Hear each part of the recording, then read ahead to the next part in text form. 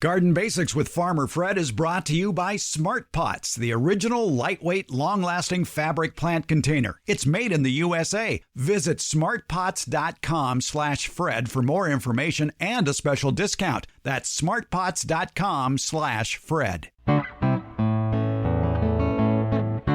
Welcome to the Garden Basics with Farmer Fred podcast. If you're just a beginning gardener or you want good gardening information, well, you've come to the right spot. The high hopes of spring's backyard tomato grower can turn to the worries of the summer. Why are the tomato flowers falling off? How do I get rid of those pesky white flies? Why are the bottoms of my tomatoes turning brown and wrinkled? Why is the plant developing yellow leaves? What's with all the tomato cracking? It's looking sunburned too. We have answers. Tomato head and nursery owner Don Shore tackles those issues and more. And oh yeah, what to do about those tomato worms. It's all part of episode 21 of Garden Basics with Farmer Fred. It's all about tomato troubleshooting. And we'll do it all in under 30 minutes. Let's go.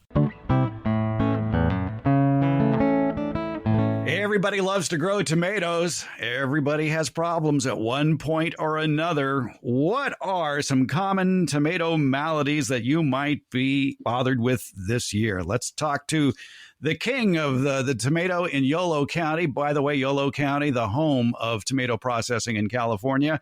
The tomato king would be Don Shore, owner of Redwood Barn Nursery in Davis, California.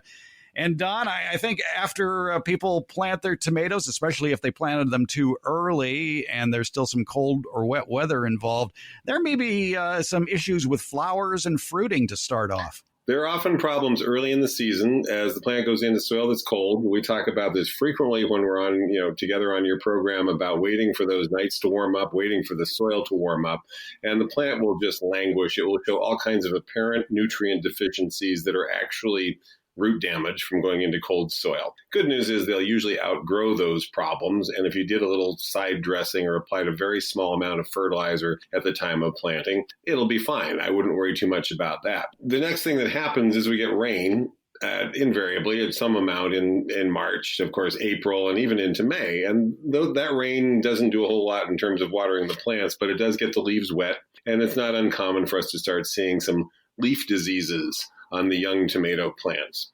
2 or 3 major ones that are common in our area. The good news is we're in an area that's dry. We're in the arid western states. I realize your podcast, of course, has an international audience. So we deal out here mostly with a little bit of early blight, sometimes some bacterial leaf speck, and sometimes some late blight. And in the case of the first 2, pick off those leaves, the weather warms up, it gets dry.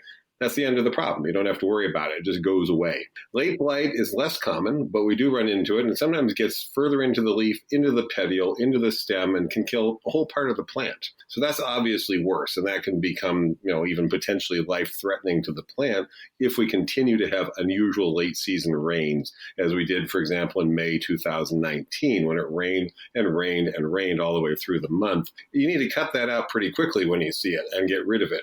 Listeners east of the Mississippi need to go to their garden center and buy a fungicide.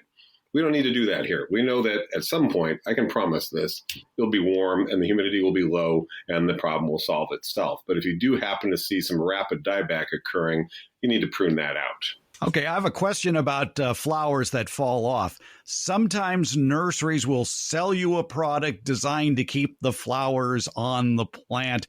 Is that worth the money? No, says the nurseryman. No, it's not worth the money. There'll be plenty of time for the flowers to set and give you plenty of fruit. If you're listening in Corvallis, Oregon, Seattle, Washington, Fort Bragg, California, those products may be the only way you get tomatoes to set. And so, yes, they would be appropriate for you in that climate. They're an interesting spray. It's a hormone spray that induces fruit set without pollination. Interestingly, you get basically seedless tomatoes when you do that. And in really cool climates that are just not totally suitable for tomatoes, they may be appropriate. Here, we'll get to the point where the blossoms will set fruit. I can guarantee it. Tomatoes, as you mentioned, were number one in Yolo Buffalo County. Well, they're now number 2. They've fallen behind almonds about a year ago, but this is tomato country here in the Sacramento Valley. There's no need to do special sprays or anything like that to get fruit set, because the weather conditions will, although they seem volatile, up and down, and cold nights and hot days and all that kind of thing, we'll get the temperature range that's appropriate for the self-pollination of the flowers and the fruit set. So I don't think those sprays are necessary. All right, let's talk about some early season pests of tomato plants. And what I've seen on my own, and I'm sure that others may see it, are whiteflies and aphids. Yeah, and they're sucking on the leaves and obviously stressing the plant. Whiteflies can really become a problem, especially late in the season. As you get towards the end of the summer, the population can really build up. They don't harm the fruit, they don't harm the blossom, so they're just weakening the plant somewhat by sucking on sucking the juices from the leaves. In our nursery, we manage them just by vigorously rinsing them off. Just a very strong blast of water, focusing on the undersides of the leaves and being consistent about it. Doing it every morning, 3 or 4 days in a row, will knock off multiple stages of the white flies rather than just one quick rinse and then thinking you're done with the job. They'll rebound if you do that. But if you get out there consistently day after day for 3, 4, 5 days in a row, you can really knock down the population and manage them that way. But when people watch me do this, they say, "Oh, you really mean a strong blast of water?" Yeah, we're not giving them a shower. We're sending them into a hurricane. We're sending them off the plant several feet away where they will die in the wasteland of the gravel on the floor of our nursery. So it's the kind of thing you want to get a nozzle that'll allow you to really give a good, strong, vigorous rinse. And you take your hand and you hold the plant and very rigorously rinse them off the leaves. If you don't want to do that, if you want to go get a spray, I would start with neem oil spray, and that will smother a fair number of them and repel the adults as they come in to lay eggs. And be careful not to do that when it's above, say, 85 or 90 degrees, but you'll find you get pretty good control with a neem spray. Next step up would be a light summer oil of some kind, again, with some caution about the daytime temperatures on that. Another problem that may develop as the season progresses is you're looking at those reddish tomatoes. Oh, they look beautiful. They're coming along, but all of a sudden, you look at the bottom of the tomato and it's turning brown and wrinkly. What's going on there? Blossom end rot, BER. We abbreviate it BER. It is very distressing and frustrating when it happens. The bottom of the fruit, as you say, gets soft and mushy, and basically the fruit is inedible at that point. First of all, some varieties are very susceptible to it. Roma is well known for being the canary in the coal mine as to a blossom end problem. Blossom end rot, we now know, is not caused by a calcium deficiency in the soil. It's not even caused by a calcium deficiency in the plant.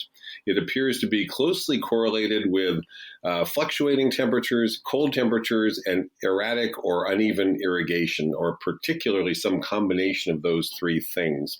You can make it worse by adding large amounts of certain types of fertilizers like ammonia, but the strongest correlation of blossom end rot is when you get a rainy spell and you overwater the plants in May, just as the fruit is expanding. That's the fruit that is going to have blossom end rot 7 or 8 weeks later. So deep, careful, thorough watering as infrequently as possible will generally prevent blossom end rot, except when the weather is wonky. The goal then is even soil moisture. Yeah, and that's true, for all your vegetables, but tomatoes in particular. Most of the problems that we talk with people about early in the season have to do with how they're watering. They're watering too shallowly and not long enough. They're running a drip system. This is a very common answer when we ask, how are you watering? Oh, I run it 3 times a week for 5 minutes. That's a coffee cup of water. So a tomato plant wants a gallon or 2 when you water it. And as it grows, it may need 3 or 4 gallons of water. You don't have to do that very often, depending on your soil type, obviously.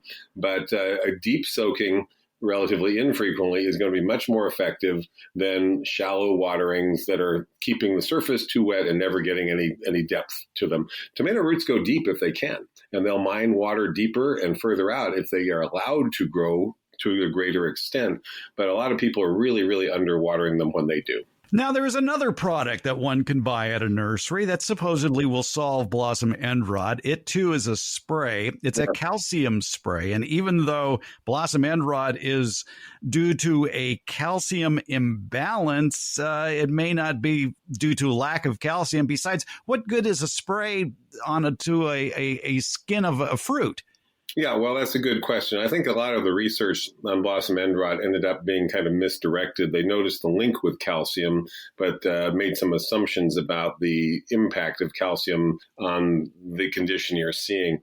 Calcium sprays won't do any good. Calcium applied to the soil won't do any good. Putting a Tums tablet under the plant won't do any good. Someone's going to recommend that to you on Facebook, I guarantee it. It's not a deficiency of calcium in the plant. It may be an imbalance within near the fruit. There's some question about whether that's even related. It just appears to be an internal metabolic physiological disorder related to erratic temperatures and erratic moisture. And here's the good news. You pick those first ones off, you throw them away. Typically, as the temperatures get more to our normal summer conditions here and you water more deeply, the problem goes away. So the next crop is usually fine. And worth pointing out, you can also get blossom end rot on peppers and squash and some of the other plants in your garden. It's the same issue. Just water more thoroughly when you do and more carefully. Don't keep the plants soggy, but don't let them get drought stressed either. Now, we can't attribute blossom end rot to total operator error, although probably 90% of the problems are. There are just some tomato varieties that are more susceptible to it. Yeah, and I've grown some. I'll pick them out of a catalog. They'll be giant fruited ones or whatever, and I'll grow them. And all of the first ones that said get blossom end rot, I just avoid that one in the future. So if you do find a consistent problem with a particular variety, I haven't noticed any pattern to it, but if you do notice a consistent problem with a particular variety, there's about 500 tomato varieties out there to choose from, and I would just move on. There are some that appear to be more susceptible to that problem. I would bet that's probably regional too. I wouldn't be surprised if there's greater or lesser susceptibility in different regions. Wherever you're listening, there are varieties that do very well in your area, and there are varieties that don't do so well in your area, mostly related to your climate. And so you want to find the ones that are locally recommended by master gardeners, successful old-timer down the street, or your local nursery where they actually grow tomatoes and know what they're talking about, and keep trying until you find the right, 20 or 30 varieties for your backyard.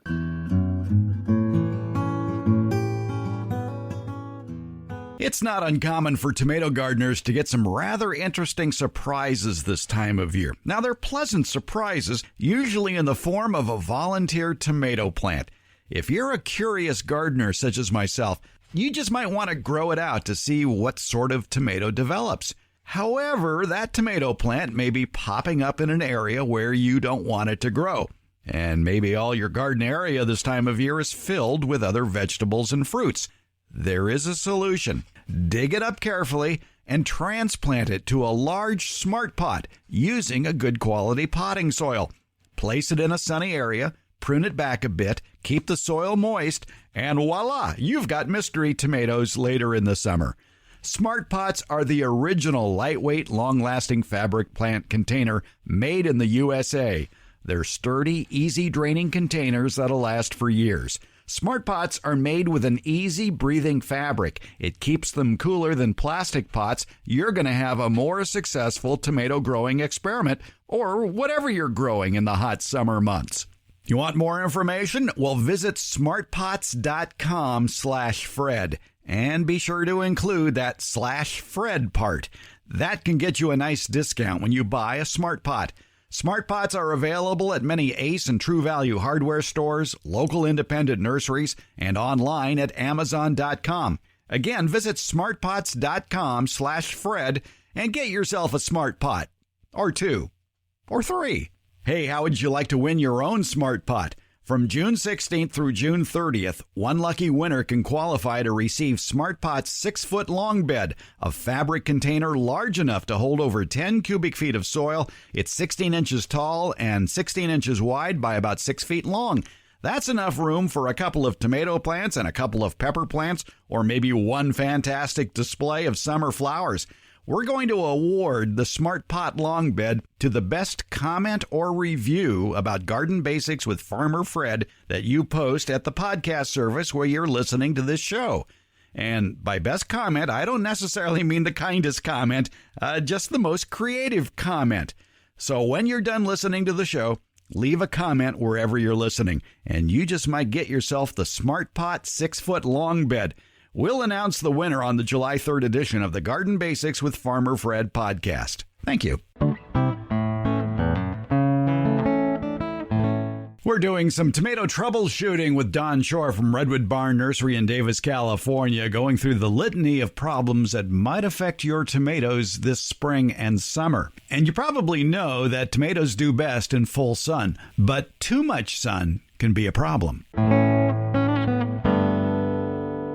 Now there are some sun-related problems, especially in warmer areas where your plants are getting pummeled by sun all day long. And yes, tomatoes are a full sun crop, but there is such a thing as too much sun, which can result in things like fruit cracking or cat facing or solar yellowing. Sun scald is a sunburn is the simplest name to apply, and it is directly on the fruit. In the case of the sun scald, it's the fruit that's exposed to the western sky when it's 105 degrees.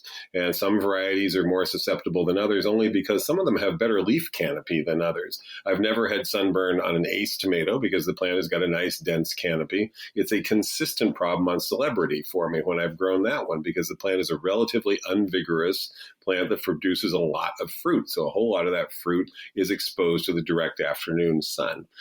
So there are varietal differences once again. And once you've grown a number of tomatoes, you'll find some of them are just leafier, more vigorous, shade themselves better. Champion does a very good job of shading itself and produces a very large amount of large fruit. And I mentioned celebrity. By comparison, it's a chronic problem on that particular variety for me. So you could, if you want to grow a particular variety that's susceptible to sunburn on the fruit, figure out a way to shade it a little bit from the hot afternoon sun. Maybe rig up a little structure to the west of the plant and put some 50% shade cloth that you buy from a local garden center. Another option might just be to put them where there's a little natural shade, not too much, or just plant varieties that are more dense and leafy. And you'll notice that, again, as with blossom endrite, you'll notice varietal differences over time that will lead you away from some varieties and towards others as you slowly build this collection of your favorite varieties that does well in your particular region. And it probably would help, too, to keep your pruning shears in their holster, because the more leaf cover that it has, less chance there is of sun-related problems. I would say pruning tomatoes is almost never necessary. And I know that causes some controversy when we say that, but it has very little benefit. If you're taking foliage off and exposing fruit, you're definitely going to get that adverse effect of sunburn on the fruit itself. It reduces yield overall when you prune tomatoes. The only reason I can think of that would be a possible benefit would be in areas where late blight is a real problem. Pruning them to get more open habits so you get better air circulation, but that increases your risk of sunburn. So I would suggest that keeping pruning at an absolute minimum, unless there's some weird training technique you've adopted that absolutely requires it. Pruning is for people in Minnesota, where their season begins on Memorial Day and ends on Labor Day. Here we've got such a long season that we can allow the fruit to set very late in the season. We don't have to prune the vines for size control, and we'll still get plenty of ripe fruit. There are some yellowing issues with the leaves with some diseases. In fact, if you buy a tomato plant, you may see letters next to the name of the tomato like V, F, or N, or T, or A for that matter. But the V and the F are two problems that can cause a plant to turn yellow, and that would be verticillium and fusarium. Yeah, those are two problems in our area where we have, these are soil-borne diseases, so they may be in your area if your homes were built on old agricultural soil, or if you bring in soil, inadvertently bringing in the disease with it. One of the reasons I've always concerned about people getting tomato plants from their fellow backyard gardeners who started the seeds themselves, a lot of home gardeners like to use dirt. Use compost from their own yard as they grow them. Unfortunately, that can be a source of contamination into your yard. So it'd be best if all the gardeners out there who are sharing transplants use packaged soils rather than homemade garden soils. If you get them, it's a real problem. Verticillium and fusarium are very challenging to eliminate, impossible basically to eliminate. And even the rotation practices that we all recommend, that special 3-year rotation of only nightshade plants in this area and then no nightshade plants in this area. Nightshade family is what I'm referring to. Even that's only marginally effective. So your best bet, if you have a problem with verticillium, fusarium, or nematodes, is to look for that VFN on the label. New hybrids, modern hybrids that have verticillium, fusarium, and nematode tolerance built into them. Champion is a good example, but there's a lot of others out there. And that's why you see that on the labels. And East Coast gardeners are now seeing more and more varieties with late blight resistance, which is a nice kind of new wrinkle in the breeding direction. And the letters TNA refer to a tobacco mosaic virus and alternaria. Yep. And as far as tobacco mosaic virus, don't smoke around your plants. Yeah, there you go. That one's easy. I've actually never seen a case of tobacco mosaic in my career, so I gather that's more of a greenhouse operation concern. But those resistances that are built into the hybrids are a distinct advantage. This is why when we're talking on your program early in the season about going and selecting your tomato varieties, we both kind of push, get at least a few hybrids in there. You know, they're going to have this resistance bred into them. And I know people love heirloom tomatoes and all, but they don't have that resistance built into them. So diversifying the number of varieties and the types of varieties you're planting can be really important. And one more problem that may affect your tomatoes, where the lower leaves and stems look kind of bronze or oily brown color, the leaves dry up and drop, that could be russet mites. That's an interesting one. I've seen it several times, and it's really hard to diagnose from someone's description because they think it just looks like a watering problem. You know, the plant looks like it needs it, not wilting, but like it's sort of drying out from the ground up. I happened to have that problem very early on when I was a gardener here in the valley, so I got it identified.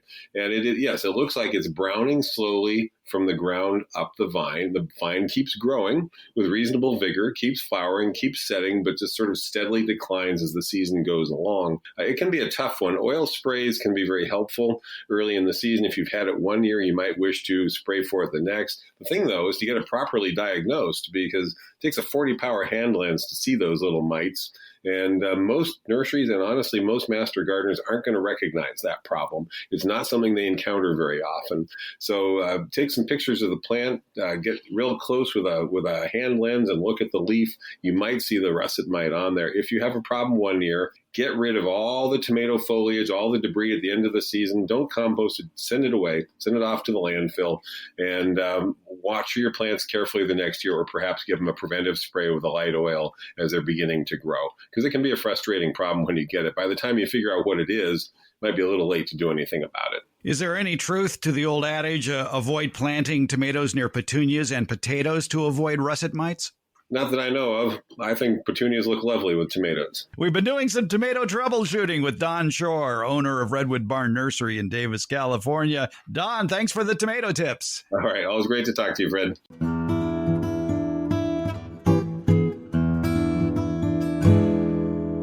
Oh, yes, we did not forget about the critter that is probably chewing on your tomato leaves and tomatoes right now, the tomato hornworm. We get a lot of questions that ask the question, just where do these blankety-blank tomato worms come from? Well, contrary to a popular urban legend, the larvae of the tomato hornworm don't lurk inside tomato seeds. No, the tomato and tobacco hornworm begin their life cycle as a small, singular, light green egg about the size of a thick pinhead laid in late spring and early summer on the underside of the tomato leaf. So start looking for those pinhead light green eggs now. That egg got there courtesy of a flying culprit, the sphinx moth. Both the tomato hornworm sphinx moth and the tobacco hornworm sphinx moth have similar features: about a 4-inch wide wingspan, gray body, brown wing streaks, as well as yellow and white body markings. The egg laid by the sphinx moth hatches within a week, and the emerging hornworm, which technically is a caterpillar, begins eating and eating and eating and growing. A full-grown hornworm, satiated by its tomato plant diet, and that, by the way, is supplemented with whatever else is handy, including potatoes, eggplants, and peppers, can get up to 4 inches long. Hornworms feed on blossoms, leaves, and the fruit of those plants. How do you control them? Well, hand-snipping the tomato worms with scissors or pruners can be a satisfying evening chore. But the trick, as seasoned gardeners know, is trying to find the hornworms in the first place. Tracing their black pellet-shaped excrement from the ground back up to the plant usually yields successful result. The best time to find them is in the cool of the morning or in the evening after sundown. Another popular tomato worm hangout is the tender new growth at the tops and sides of tomato plants. Now, if you prefer to douse those tomato hornworms in chemicals, use one that's registered for the pest.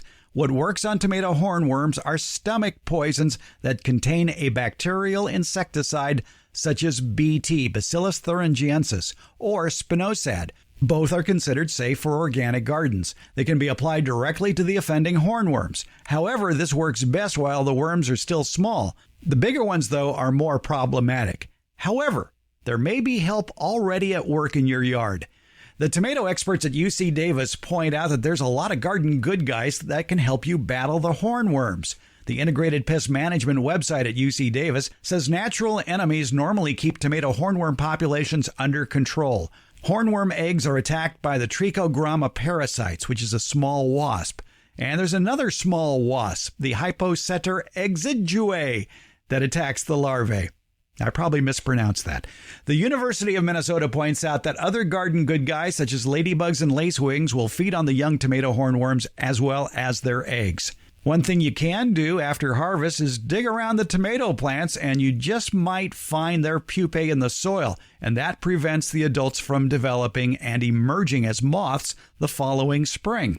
Now, there's another insect that preys on tomato hornworms that you may not think of as being particularly beneficial, but they are. Paper wasps. In my own yard, I have watched as paper wasps land on tomato worms, bite out a big hunk of their body, and fly it back to their nest. I cheered and applauded their efforts when I saw it. And let's not forget about our feathered friends, the birds. Plant some evergreen shrubs. It's a safe place for them to live and raise their young when they're not munching on your tomato hornworms. And by the way, if you snip those tomato hornworms, you can toss the leftovers to the birds. They would enjoy the treat. Today's Q&A came to us via email sent to fred@farmerfred.com, and John writes in, and he says, I purchased these 2 tomato cages a couple of years ago. They work great, but since the bottom legs are embedded into the damp soil for a few months, they do get some rust, even though they're made of galvanized steel. I was thinking of cleaning them up and then using a Rust-Oleum product to reduce the rust buildup. When I called Rust-Oleum, they said they didn't make a product to coat the cages since that product might leach into the damp soil. Do you have anything to say about that? Well, John, I would say take Rust-Oleum at their word. There are substances that could leach into your garden soil. Now, in my experience with the inexpensive tomato cages that you would purchase at a nursery or a big box store, if you don't bend those bottom legs too much, they won't break. Supported tomato plants produce more fruit and are subject to fewer problems. But the cages that you buy at nurseries and big box stores, they're small, they're flimsy cones, and they would break easily, especially the smaller gauge versions. I still like my homemade cages. I've used them for 30 years now, and they're made from concrete reinforcement wire. There's 2 ways you can buy concrete reinforcement wire. Go to the concrete aisle back at Lowe's or Home Depot, and you'll see sheets of them piled up. They're usually 84 inches by 42 inches. So if you form a circle of that, well, you're going to have something that stands 42 inches tall with a diameter of about 2.5 to 3 feet. One of the easiest ways to hold them together, 2 or 3 zip ties along the length of that 6-inch mesh concrete reinforcement sheets. Now, if you want to make them bigger, buy a roll. A 50-foot roll of 6-inch mesh, 5 feet high wire can be cut to make about a half dozen tomato cages, each with a diameter of 3 feet or more. It's up to you. And the fact that it's a 5-foot high wire means you've got a 5-foot high cage. Now, instead of cutting off the bottom horizontal wires to be able to sink the vertical wires into the ground, instead, stake and tie the cages to the ground with 1 stake on either side of the cage. I have more information about this and pictures as well at the Farmer Fred Rant blog page. Check out the entry, Tips for a Great Tomato Garden, and you'll find out more about using concrete reinforcement wire as a tomato cage. And you can find a link to this particular Farmer Fred Rant blog page in the show notes for today. Oh, and those smaller alleged tomato cages that you find at nurseries and big box stores, they make good pepper cages. Thanks for listening to Garden Basics with Farmer Fred, brought to you by Smart Pots. Garden Basics comes out every Tuesday and Friday. It's available on many podcast platforms, including Apple, Spotify, Google, iHeart, Stitcher, and many more. And if you're listening on Apple, please leave a comment or a rating. That helps us decide which garden topics you'd like to see addressed. And again, thank you.